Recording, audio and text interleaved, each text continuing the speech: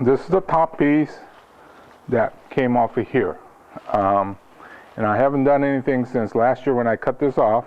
So I'll go ahead and get started, see what's happening in there, and then along with it, I'll do something with this.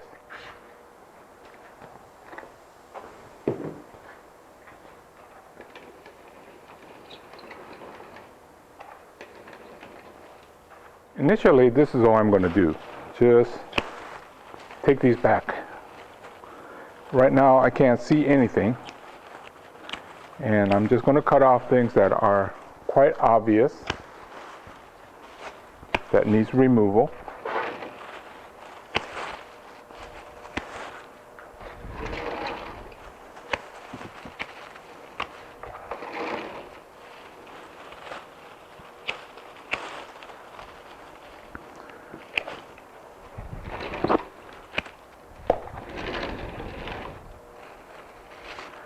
Now I have the ability. Let's take a look at what we got to work with.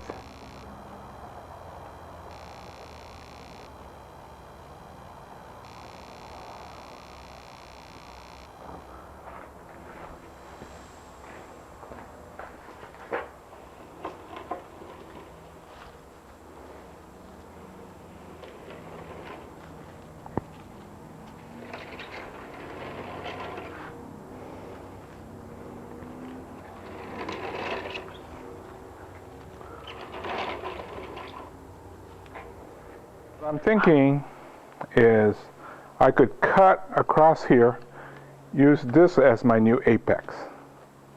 The other option is to cut down here and use this as an apex. And it's kind of a toss-up. Well, there's another possibility here. I could cut across here. So the cut is like this, and use this. That might be better in that it will look grand to be short and fat like that.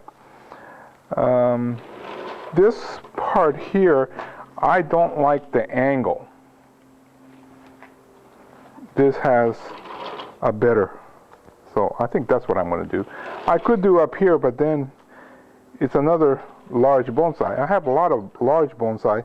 What I'm trying to do now is work on short and fat. So I'm just going to cut across there. Okay, so the decision was to cut across here. But now I'm beginning to think greedy. Well, I already took this top off by air layering and it worked. If I'm going to cut here, this is an area that's going to get wasted. So what if I took and air layer this part? That means that I could have another large one. So I think at this point, I'm going to stop. This is my future plan. And then once I get this to air layer, that means that from here is the root line. It comes up this way and you have another great plant. So I think that's my revised plan. I'm going to abandon this continuation for now and then do that come spring. This was a root that was sticking out. I didn't think it lent itself to enhancing the top, so I cut it off. And what I'm going to do is to, well, take these parts away and leave this here. With any luck, I'll get new shoots. And at that time, I could take this apart and make another one. This piece here, there's a little root on it. And I'm tempted to go ahead and try to get this to root or sprout out again. So with Chinese elm, you could really be greedy and get many plants out of one while you're working on it.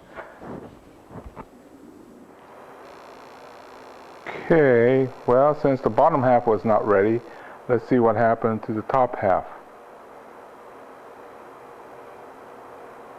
This is what it's looking like now. I'm going to go ahead and trim.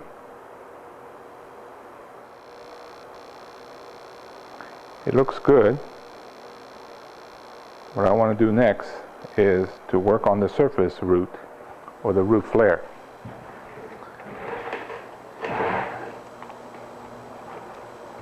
Got to be somewhat careful because this is well, less than a year being cut off, so I don't want to take the chance of disturbing too much root. But this surface,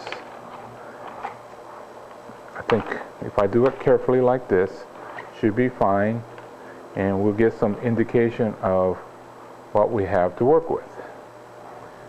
And this particular one I don't think we need, so I'll go ahead and cut these off, but I'm going to keep this to a minimum. But good base. This scar is beginning to heal, so I'll go ahead and put this back in the can, feed it, trim it, feed it, trim it, and then I think a year or two it should be ready for a nice pot. One more look, and I'll put this back and let it grow some more.